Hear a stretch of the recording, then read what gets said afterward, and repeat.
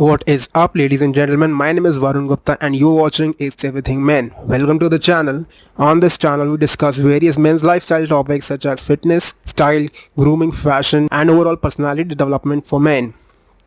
I invite you to subscribe to the channel and hit the bell icon so that you guys will know every time I upload a video. So you want to lose fat, huh? That's great, man. In this video I'll tell you that. But first, before I get into the whole maths and theory of losing fat, I want to talk about 3 factors that are majorly going to affect your fat loss journey as a whole. Your training, your diet and your everyday life / general well-being. Now the third point, let me explain, man.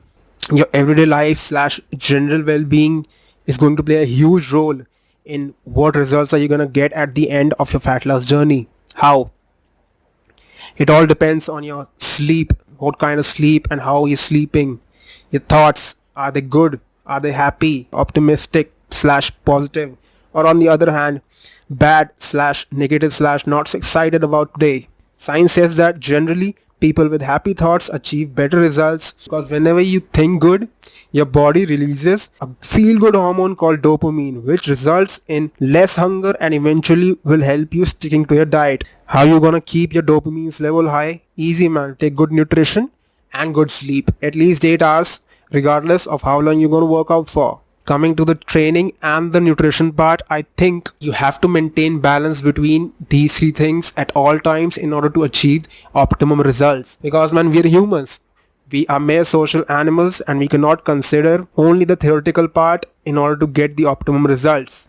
Coming to the theoretical part, man, this is the main part which is going to give you the actual results. See, first things first, you will have to weigh your food on everyday basis and count your calories through a online calorie calculator. Find your maintenance calories, find your BMR and multiply it by 1.35 if you are a person who has a very sedentary job. Second, multiply it by 1.55 if you're a person who has a little bit active job, while on the other hand, if you're a person who has a very active job, you can multiply it by 1.75, and that is the amount of calories you're gonna be eating in order to maintain your weight. Now there are 2 kinds of people watching this video right now. First category, beginner / people who are new to the whole gymming. Second category, intermediate / advanced people who've been lifting for almost an year now and want to get shredded.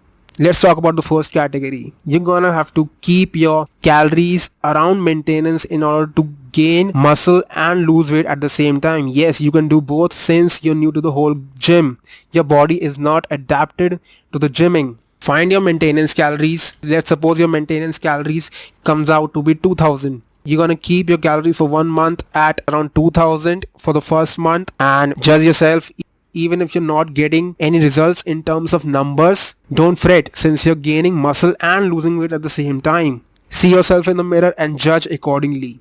Now coming to the second category, intermediate / advanced people. Your body is already adapted to gymming / heavy weights.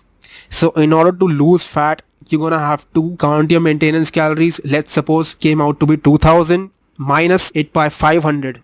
Now I would not subtract 500 from your food. One should never subtract these many calories from your diet solely, and I would suggest you guys to burn 300 calories on everyday basis and subtract 200 calories, bring it down to 800 calories every day. Now coming to the macros.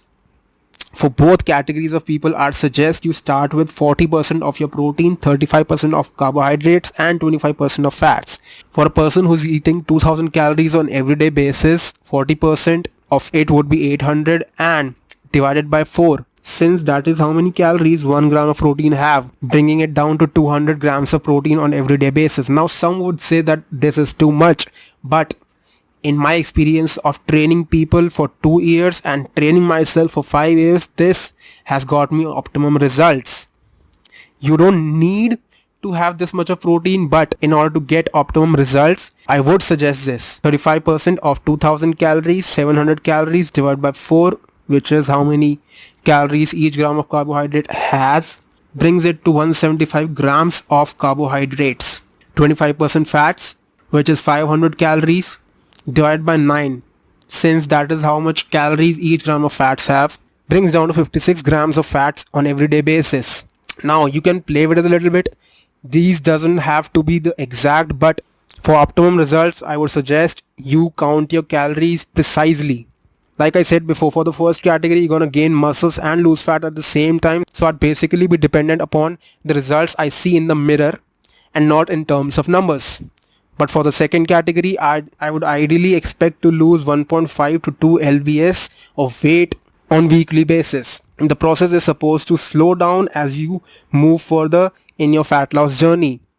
From second month, let's say you halt after the first month of losing weight and you hit a plateau. What I would do ideally is increase the protein to 50% from 40% and decrease fats to 20 and carbohydrates to 30.